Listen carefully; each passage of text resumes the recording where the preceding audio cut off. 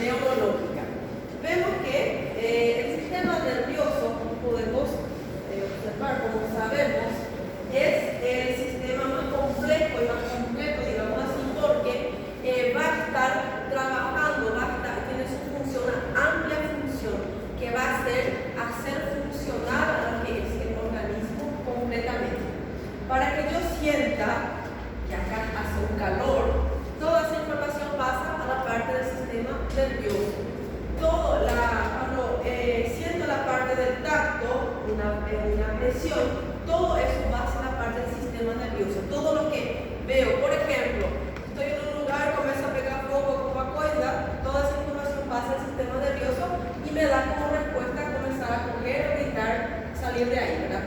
Entonces, todo eso son funciones de la parte del sistema nervioso. Por eso se dice que no hay otro sistema que se compare al sistema nervioso, porque él es especial, es completo y va a estar actuando para funcionar lo que es el restante del organismo. En nuestro organismo tenemos aproximadamente 100.000 neuronas que van a estar trabajando para que toda esa función del organismo suceda. Nos vamos a ver que en esta parte del sistema nervioso vamos a estar hablando de una porción sensitiva o somatosensitiva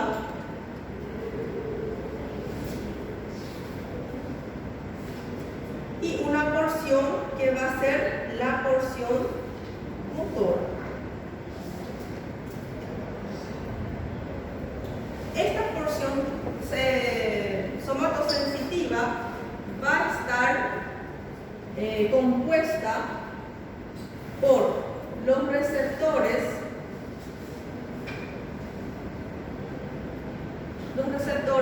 de la parte del tacto, los órganos sensoriales,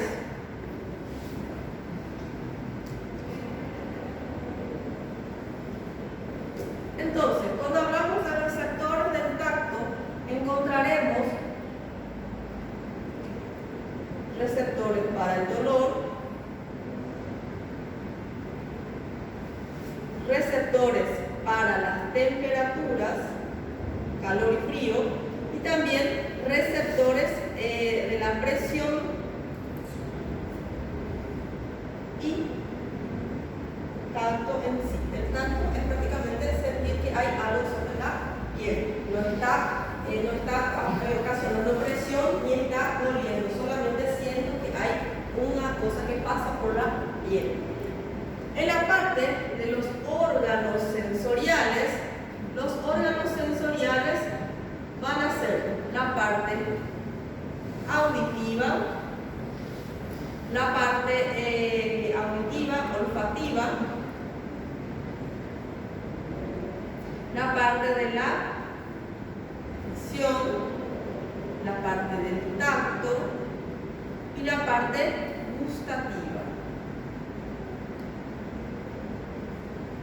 Entonces, vemos que esta porción somatosensitiva se encarga de estar llevando toda esa información hacia la parte del sistema nervioso, la porción de la corteza. Toda esa información va a estar sube de la parte periférica o se origina en la parte periférica.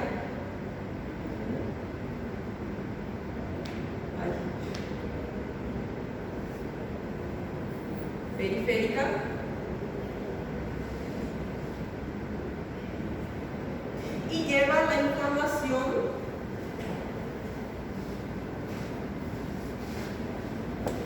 hacia la corteza. Professor, só pode acender a luz, que eu acho que aí se acender a luz vai dar para ver melhor. Es que estoy escribiendo aquí. Melhor.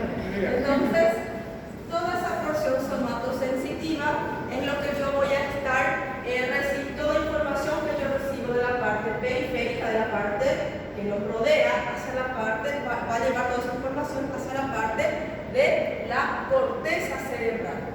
Se origina en la periferia y lleva la información hacia la corteza. Entonces, y vemos una respuesta, digamos así, una respuesta ascendente, porque lleva la información hacia la parte superior. Después tenemos la porción motora.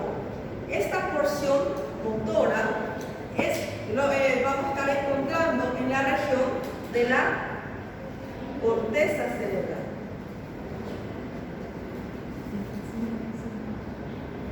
Esa corteza cerebral es la parte más superior, digamos así, donde se va a estar originando, por ejemplo, la respuesta a toda esta recepción sensitiva. Entonces, la porción motora queda en la corteza cerebral y su función va a ser responder a los estímulos externos.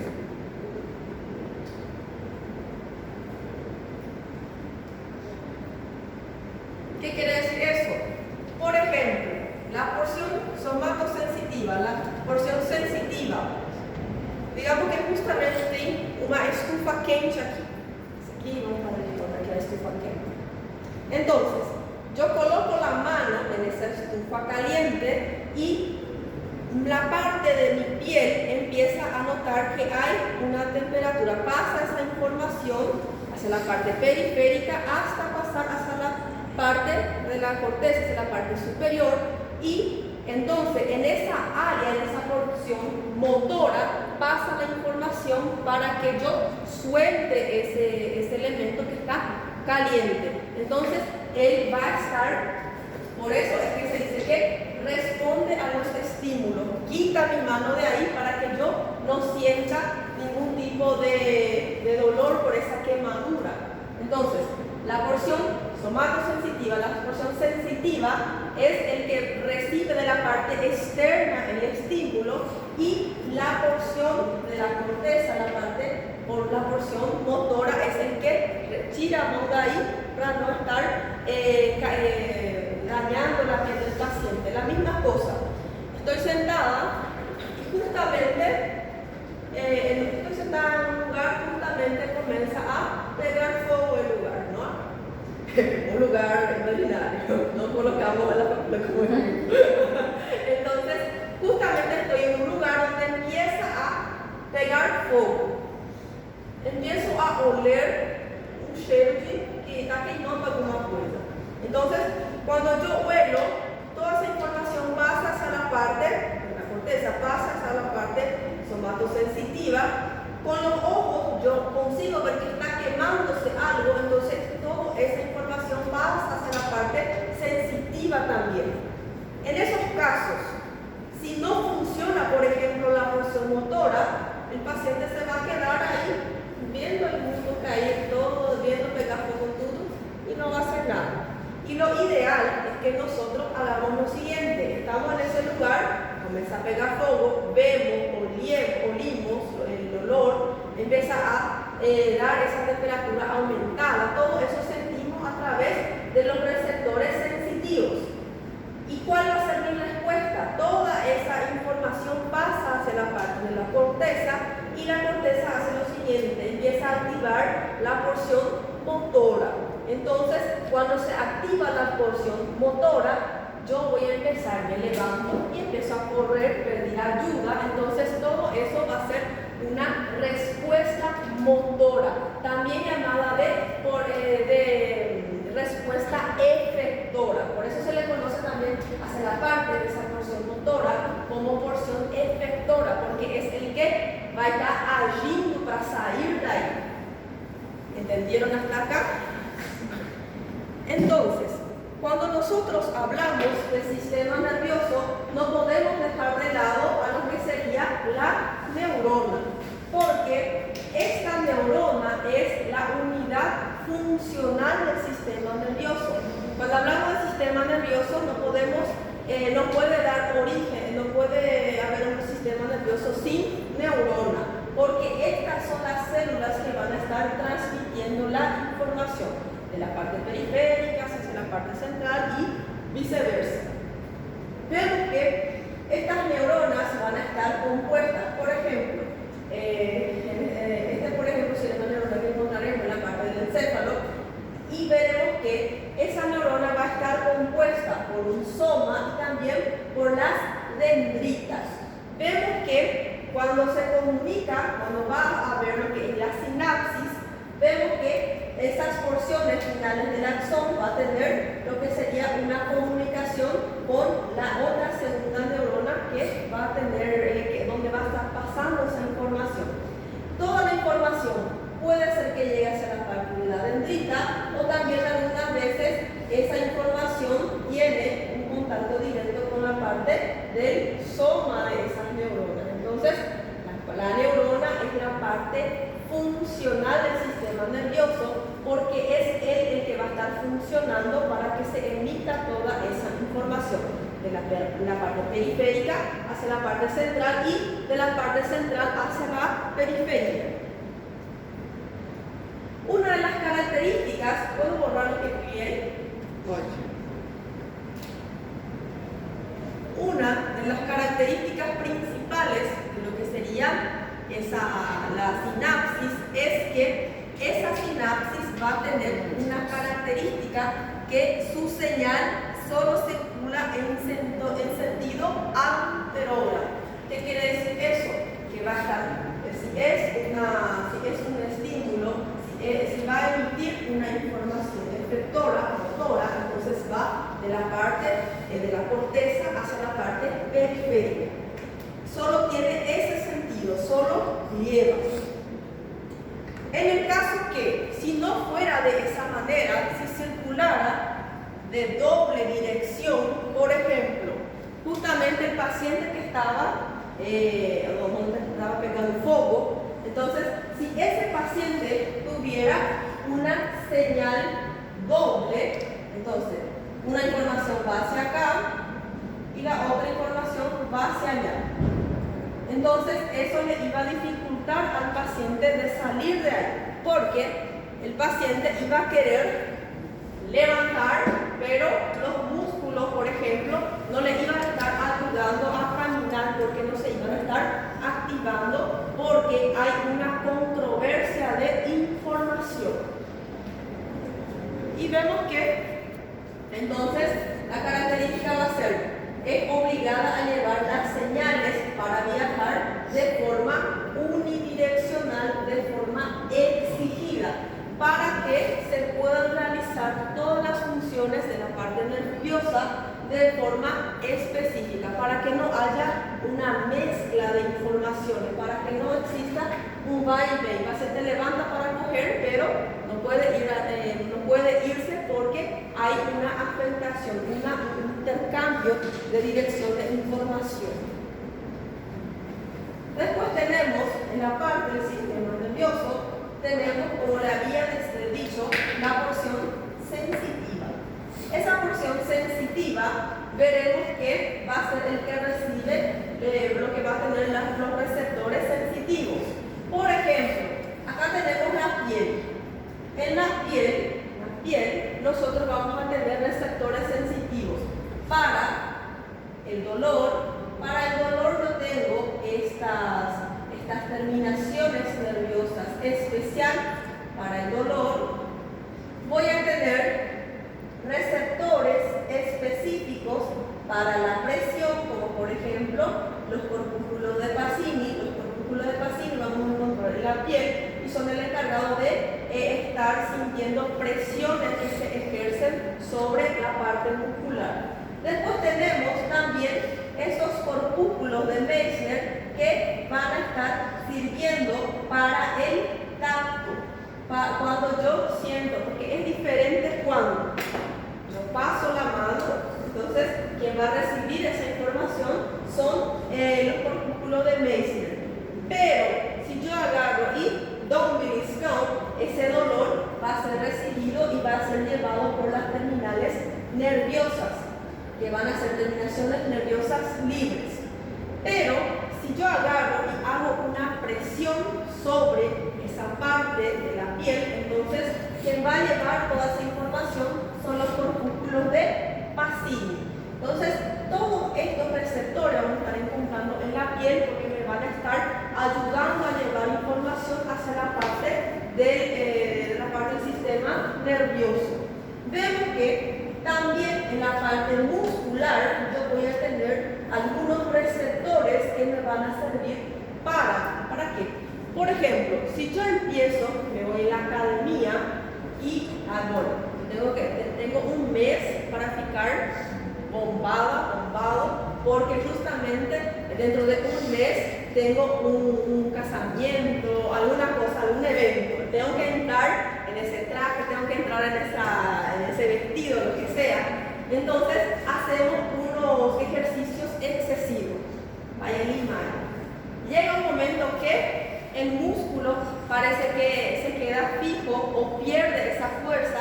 ¿Por qué hace eso? Porque es un mecanismo de defensa para que no se rompa ese músculo. Entonces, él hace eso y, a veces te quedas con calambres, no conseguís abrir, a veces se queda muy cansado y no conseguís más hacer ningún tipo de fuerza.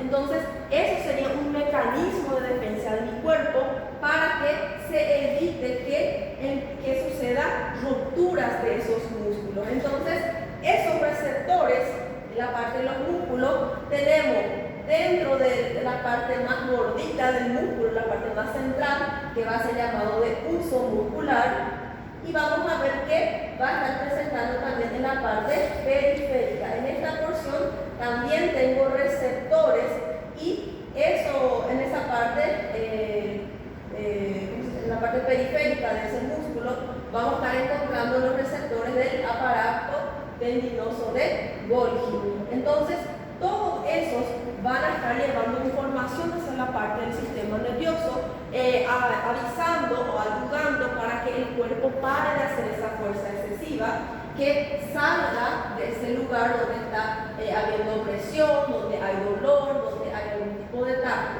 Toda esa información, una vez que recibe la parte de la piel, por ejemplo, va a pasar toda esa información hacia la parte de la médula.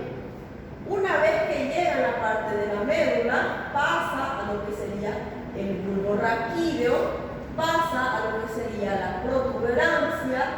Vemos que en esta porción de la protuberancia yo voy a tener un núcleo llamado formación reticular.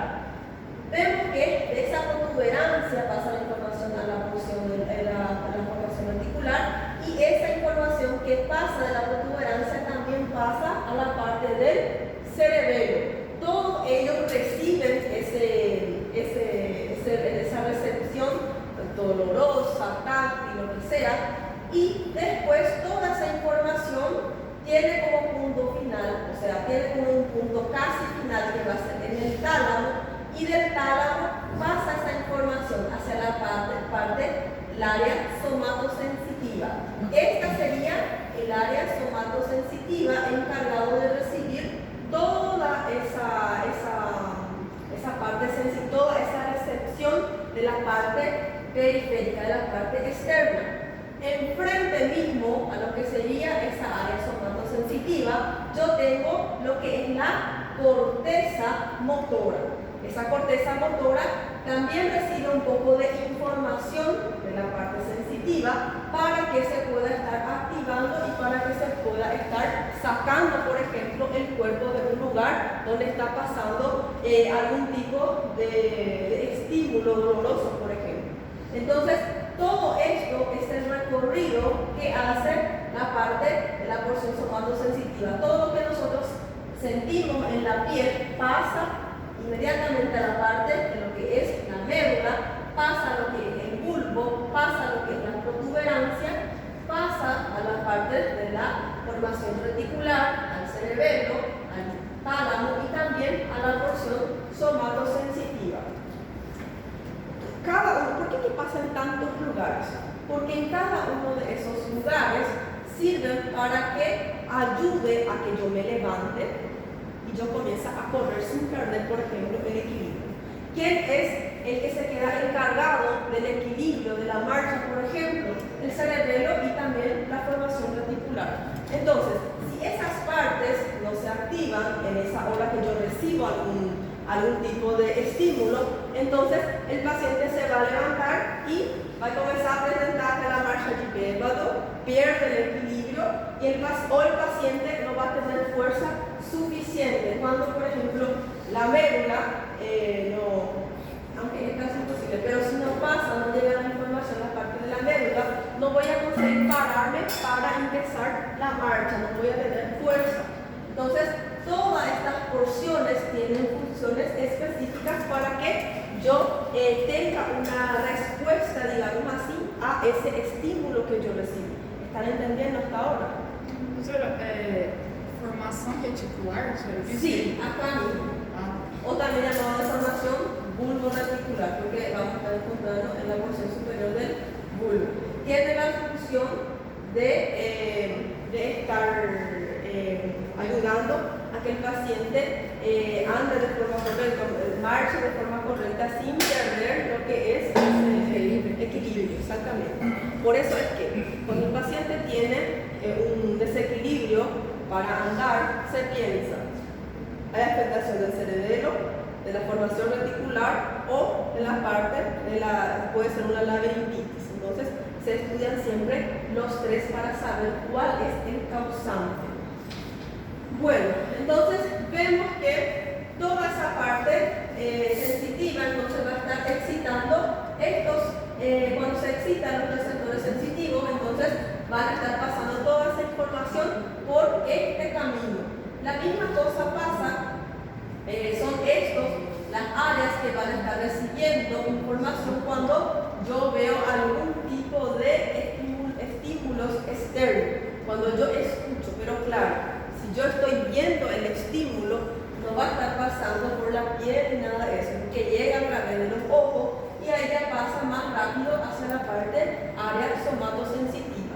Se activa la corteza para que, si yo veo que hay, por ejemplo, está teniendo un tiroteo, entonces se activa la parte de la corteza para que yo pueda fugir, salir de ahí y esconderme de ahí. Entonces, cuando hablamos de receptores sensitivos, entonces van a ser el visual, que vemos por los ojos, el auditivo, que vamos a estar oyendo por los oídos, el táctil, que vamos a estar recibiendo en la parte del tacto, la parte de la piel, y vemos que todos esos estímulos que nosotros recibimos de la parte externa pueden desencadenar respuestas o reacciones inmediatas del encéfalo. Muchas de las veces, por ejemplo, vemos que hay un tiroteo, la primera cosa que hacemos es buscar refugiarnos, picar escondido, comenzar a coger, por ejemplo. Todos esos son estímulos inmediatos del encéfalo. También ese estímulo podemos llevar como podemos estar almacenando para utilizar minutos después. Por ejemplo, tenemos aquel paciente que sufrió un accidente y ahora se quedó en shock, no hace nada, no pega, corre, justamente aconteceu um acidente e tem dois tipos de pessoas. A pessoa que se accidentó, estaba de moto, chocó contra otra moto, no sé qué. Entonces hace lo siguiente: la primera persona va a agarrar, se levanta y comienza a brigar con otro, se pega nos tapas mesmo com outro, né?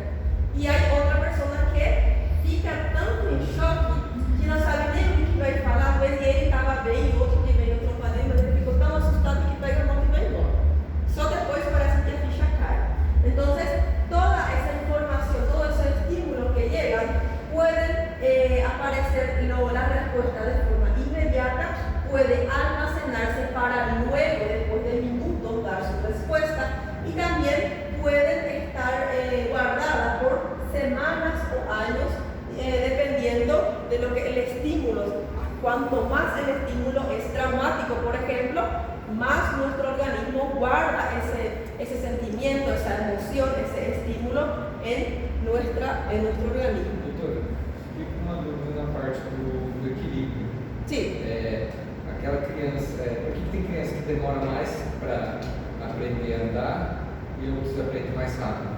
Ahí, por ejemplo, depende mucho. A veces hay la parte hereditaria, a veces tenemos que ver si hay algún tipo de, si tuvo buen oxígeno durante el nacimiento, cuánto fue su azúcar, que a gente faz uma contagem na hora que a criatura nace.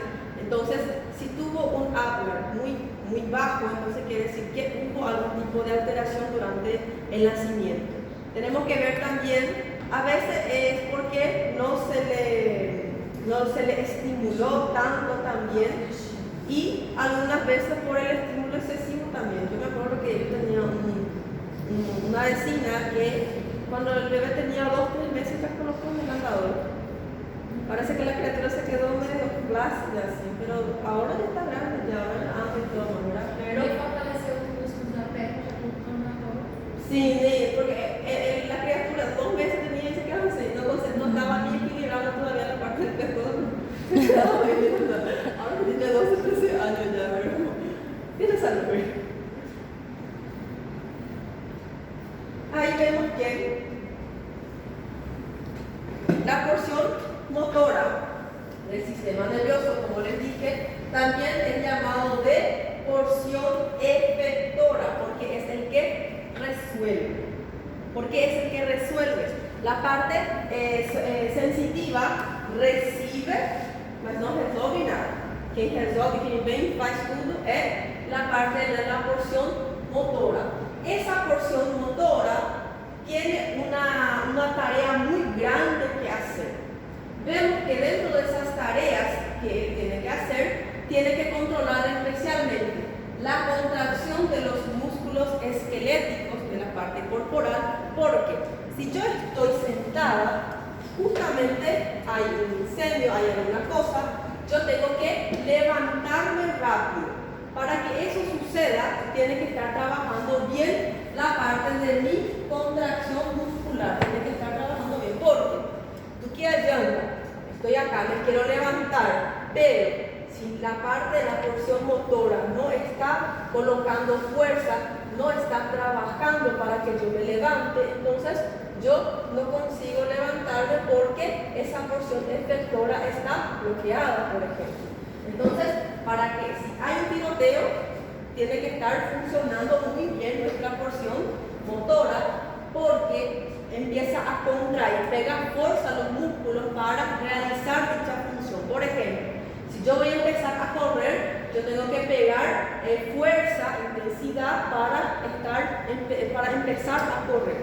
Vamos a ver que vamos a estar hablando mucho más de eso, pero eso es lo que vamos a estar viendo. Después, también esa porción motora tiene la función de contracción de la musculatura lisa a partir de las vísceras. Por ejemplo, para que suceda ese peristaltismo, para que toda esa comida que comimos durante el almuerzo, para que pase por todo el tubo digestivo y para que pueda secretarse, entonces tiene que haber una buena o un buen funcionamiento de la motilidad gastrointestinal. Y después tenemos que la porción motora va a tener la función de secreción de sustancias químicas en la parte de las glándulas exócrinas y endócrinas de nuestro organismo. Si nosotros, mediodía, tenemos aquel pratón de pedrero, comemos bastante, entonces en ese momento estamos metiendo varios tipos de elementos en nuestro organismo y especialmente la glucosa. ¿Qué sucede? Empieza a aumentar la glucosa en sangre y esa glucosa aumentada avisa la porción motora y ¿qué va a estar haciendo? Va a llegar y va a estar dando cuenta, digamos, de lo que está pasando. La porción motora va en el páncreas, digamos, y va a estar estimulando el páncreas para que el páncreas esté liberando insulina. Se libera insulina. ¿Qué era la función de la insulina? Abrir las puertas de las células para que la glucosa entre a la célula. Y así sucesivamente disminuye la glucosa en sangre. Entonces, todo ese equilibrio está dado por la porción motora. Y vemos que todo este conjunto de actividades van a estar llamándose de funciones motoras del sistema nervioso. Y vemos que cuando nosotros vamos a levantarnos y empezar a correr, cuando está funcionando funcionando, cuando está excretándose lo que es la insulina, el glucagón en nuestro organismo, vemos que todo eso es gracias al sistema nervioso, gracias a la porción motora. Pero no conseguimos ver cómo funciona, digamos así.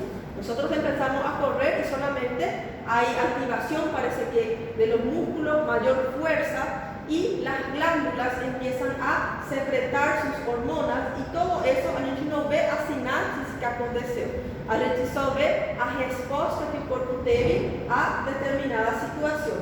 Entonces, por eso a eso le vamos a estar llamando de efectores, porque todo lo que sucedió fue gracias al sistema nervioso. Por eso nosotros llamamos a esa porción del sistema nervioso como función efectora, porque el sistema nervioso, la parte motora, es el que lleva la información para que se active, por ejemplo, para que se active la glándula del páncreas para que se secrete la insulina. Pero nosotros no vemos quién estuvo trabajando, nosotros solo vimos la respuesta, empezó a aumentar la insulina.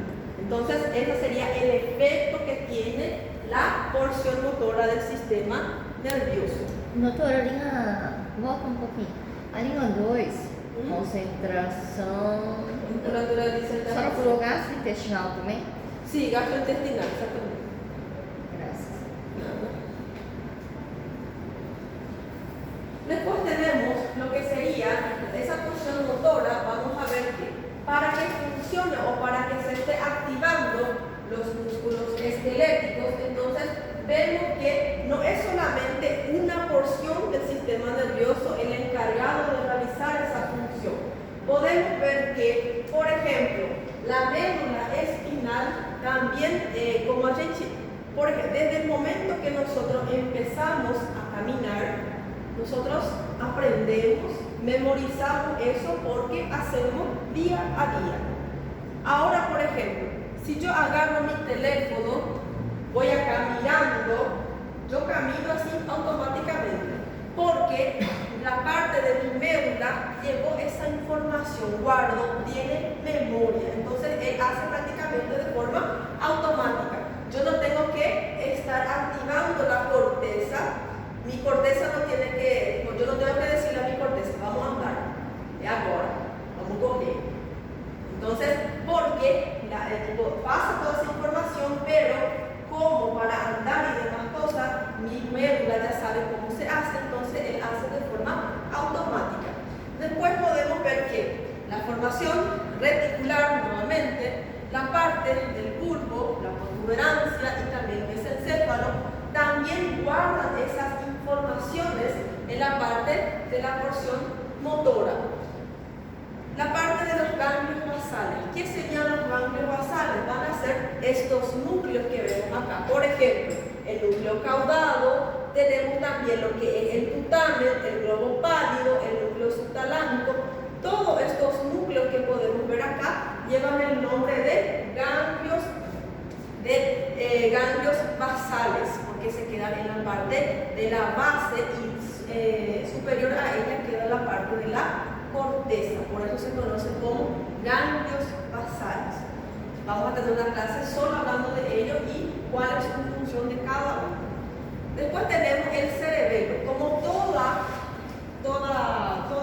estímulo pasa por el cerebelo, entonces el cerebelo también va a estar dando una respuesta, como por ejemplo para que yo pueda estar caminando o como para que yo pueda estar corriendo sin perder el equilibrio. Y vemos que la corteza motora propiamente dicha. Entonces, todas estas porciones podemos estar llamando de la porción motora. Y vemos que cada uno de ellos tiene su propia función y también va a guardar memoria de lo que hacemos, por ejemplo, día a día. Como dije, cada una de estas regiones cumple su propia función. Y vemos que las funciones más básicas y más rápidas va a estar dadas por la médula espinal. Por ejemplo, estamos sentados, a veces na hora de dormir, a gente está quase dormindo e da aquel estímulo. Entonces, a veces estamos sentados y dándome ese estímulo, ¿verdad? Entonces, ese estímulo es prácticamente el que va a estar haciendo eso, va a ser la parte de la médula espinal, porque es prácticamente una respuesta muscular instantánea y automática. Y vemos que a veces pasamos un poquito una pluma y a veces se hecho a posar un poco y solo mexe en esa parte. Entonces, todo eso va a ser un estímulo o una respuesta que da lo que es la médula. Después vemos que esos movimientos o más complejos, como por ejemplo, estoy sentada, me tengo que levantar y empezar a correr. Entonces, como es un movimiento más complejo, entonces en esos casos quien va a estar trabajando es la parte superior de la corteza, la parte superior del sistema nervioso, porque ya son movimientos más complejos. Si es más básico, si es más rápido, si es más automático, digamos así, es hacia la parte de la médula. A parte superior da corteza. Sí, la parte superior del sistema nervioso, incluyendo la corteza, los ganglios basales y la parte hasta lo que sería la formación reticular. Toda esa zona tiene una función más compleja para realizar movimientos, por ejemplo, complejos, repetitivos, y la parte de la médula es prácticamente algo más automático, un estímulo más básico, digamos así. Y después tenemos lo que sería el procesamiento de la información, que va a ser la función integradora del sistema nervioso. Prácticamente del 100% de toda la información que nosotros recibimos de la parte externa, la parte periférica, solo el 1% el cerebro va a estar llevando en cuenta, porque el 99% de toda esa información carece de importancia, no tiene importancia ni interés. ¿Cómo así? 99% no carece de importancia. Por ejemplo, nosotros venimos en clase y estamos con nuestra ropa, ¿verdad? Sin ropa no vemos. Entonces, podemos ver que todo mi cuerpo está sintiendo, está percibiendo el estímulo, está sintiendo que te incomoda. Solo que yo voy a dar la clase y el cerebro no me queda avisando constantemente, no pasa esa información constantemente que tengo ropa. Solamente si en el caso que está apretada la ropa, ahí en ese caso, por ejemplo, vamos a estar sintiendo ese estímulo, va a ser más intenso porque te está avisando que hay una presión en nuestro organismo. Pero si yo coloco un vestido y vemos si él está colado, entonces ese estímulo no se queda ahí avisándote todo el tiempo que todo tu cuerpo está con esa ropa. Entonces, mas isso também seria porque, igual a senhora falou, porque tem memória. sí, tem memória. Aí não fica.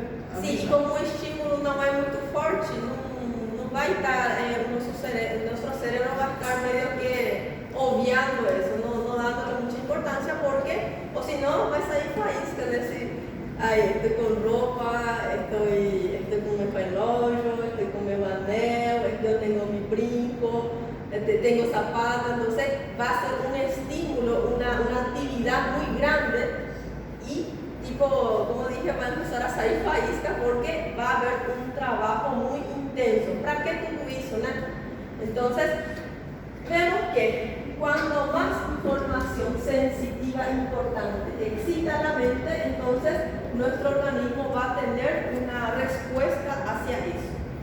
En el mismo caso, estoy en esta sala, justamente el aire está fresquito, ¿sí? Está más o menos. Entonces vamos a dar cuenta que está fresquito, casi dando frío, mas está de boa. Eu consigo aguentar, consigo soportar, no vou colocar en algún casaco. Pero justamente el compañero compró café, pasando do meu lado, derramó ese café. Entonces, ese café, como es muy caliente y como va a estar llegando, teniendo contacto con la piel, el estímulo es muy intenso. Entonces, en esos casos, yo sí voy a sentir, voy a limpiarme y todo más, porque me va a doler, porque ese estímulo fue más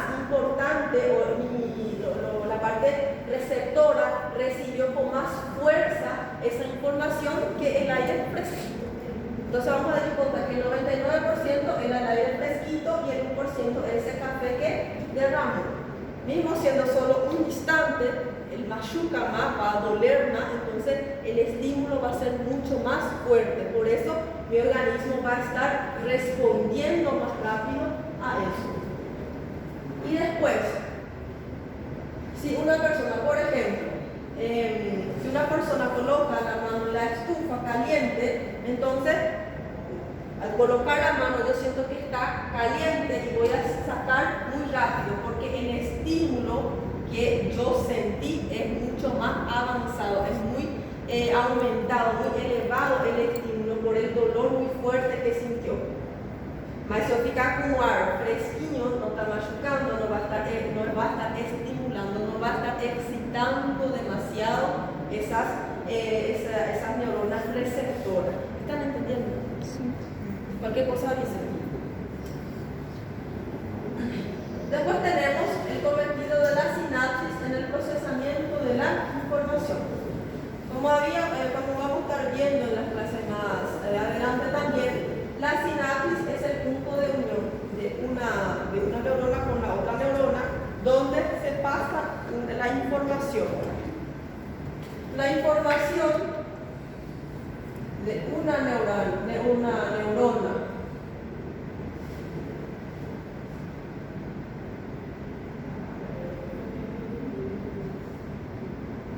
y una neurona presináptica.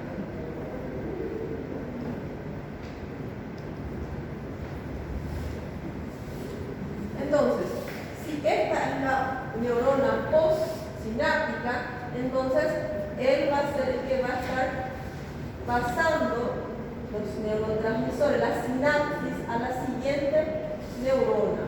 Por ejemplo,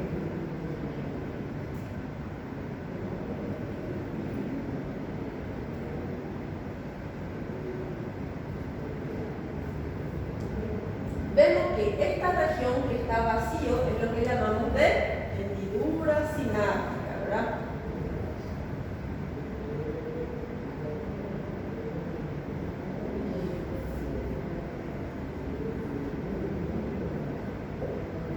Y vemos que en esta porción de lo que sería la neurona presináptica, voy a estar teniendo lo que sería ¿cómo? Los receptores. Esos receptores que son también conocidos como proteínas receptoras, que son como canales donde estos neurotransmisores van a estar llegando y acoplándose para entrar a su interior. Vamos a ver, en este caso sería una sinapsis química o eléctrica. ¿Química o eléctrica? Sería química.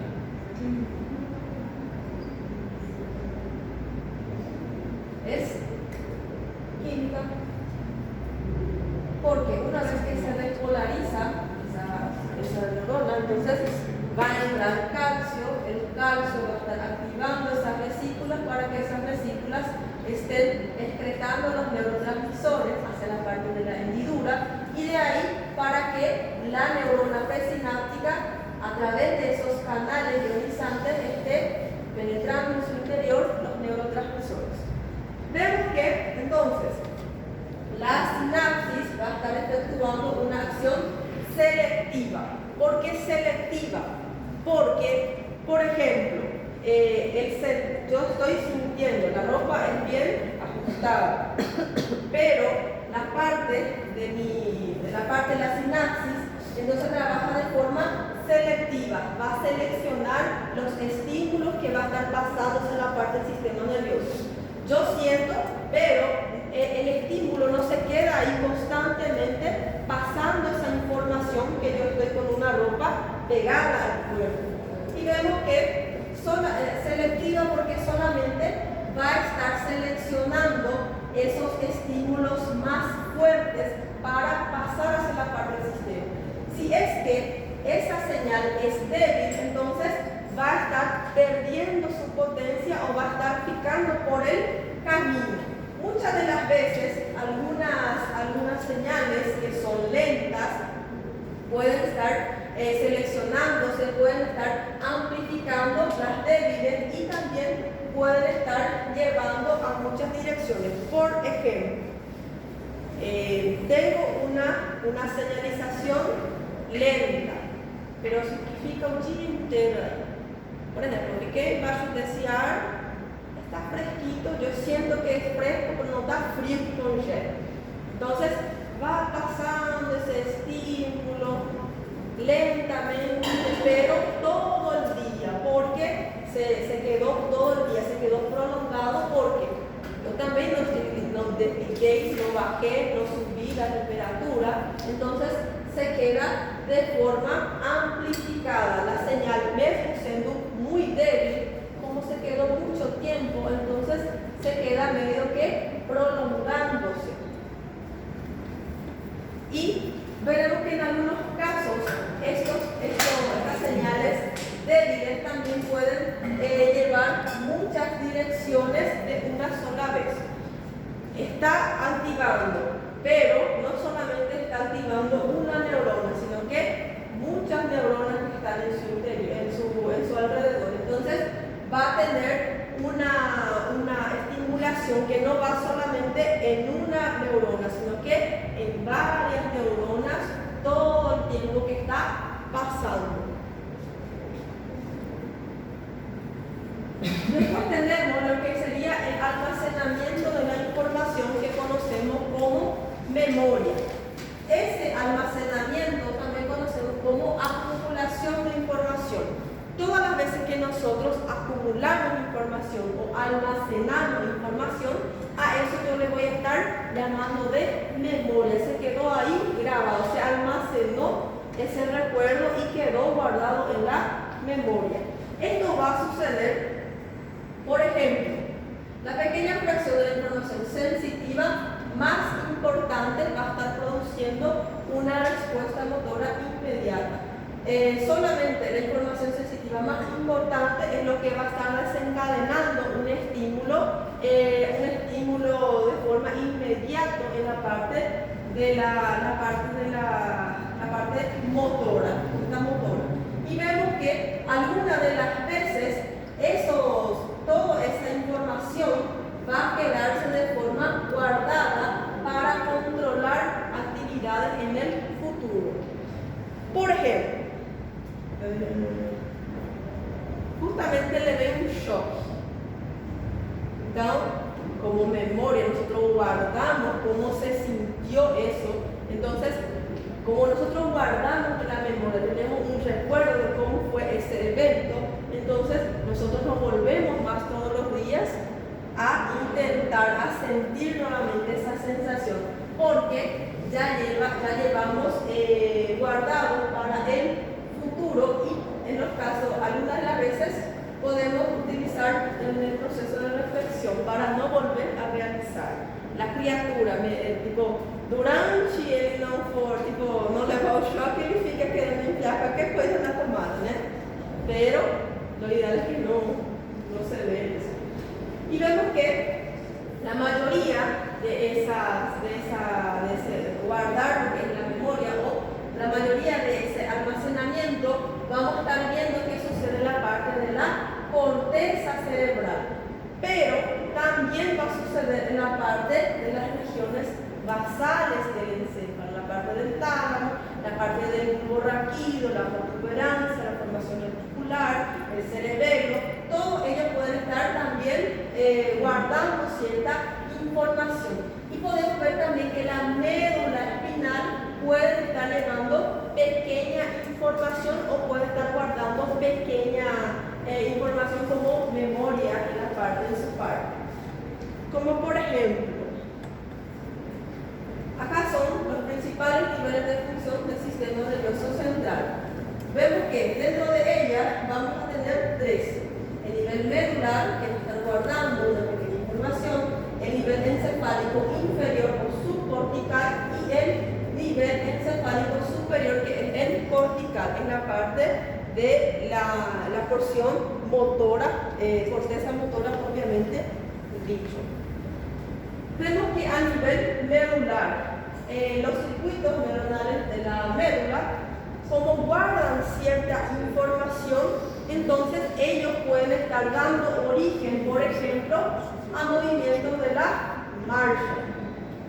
Yo puedo, como les dije, tocar el celular, ir andando, conversando, porque para que esto suceda, la parte de la médula ya tiene la información de cómo se tiene que andar, ya tiene memoria, ya guardó esa información. Entonces, el paciente no es necesario que se quede ahí mirando cómo se tiene que andar, porque ya guarda de forma automática.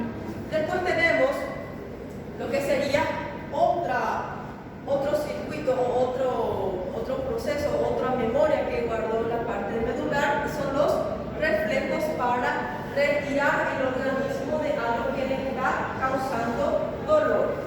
El caso, si esta pared está muy pequeña, yo vengo después de acá y voy a salir inmediatamente. Ese reflejo de salir inmediatamente también va a ser gracias a esa memoria que tiene la parte de la médula, porque él va a estar, tipo, ve que va a hacer daño, entonces él quita de ahí, porque él tiene esa memoria, tiene la capacidad para sacar el cuerpo de ahí. Después, los reflejos para poner rígidas las piernas para que el paciente se ponga de pie, para que nosotros nos pongamos de pie, para que nosotros nos pongamos de pie, nosotros necesitamos varios músculos que van a estar trabajando para que se coloquen rígidas, para que soporten todo ese peso.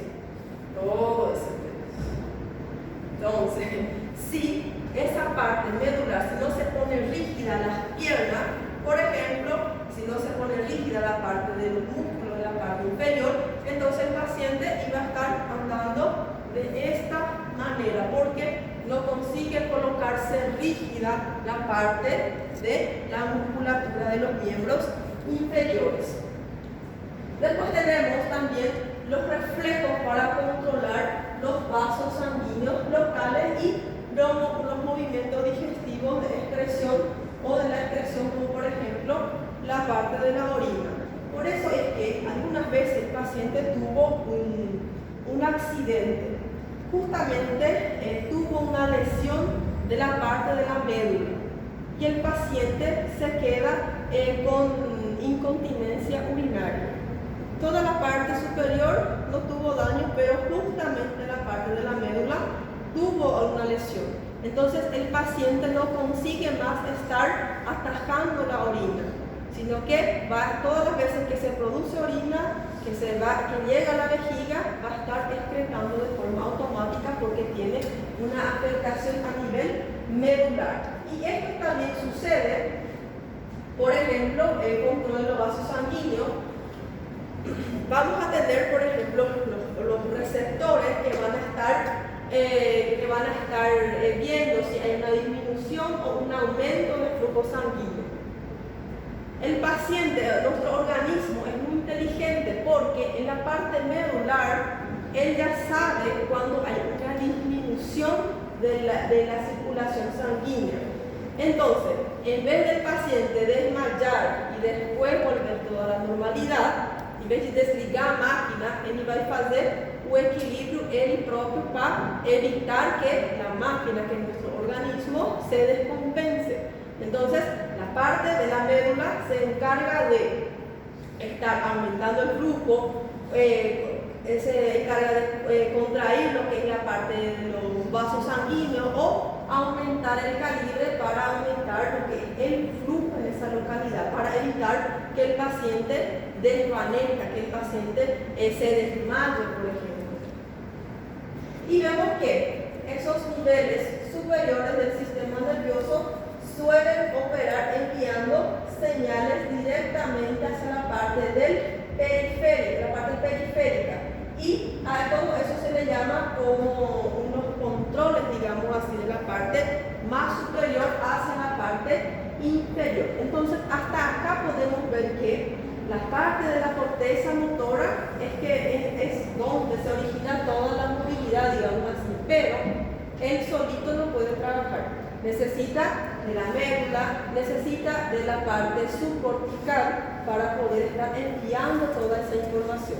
Y una vez que estas sondas guarden una memoria, un recuerdo y consiguen hacer eso, entonces ellos van a estar ayudando, sirven como una mano derecha para evitar complicaciones futuras a estos pacientes, a nuestro organismo. 10 minutitos. Sí. ¿Están entendiendo? Sí, mucho. Cualquier cosa, díganme más, no tengan vergüenza.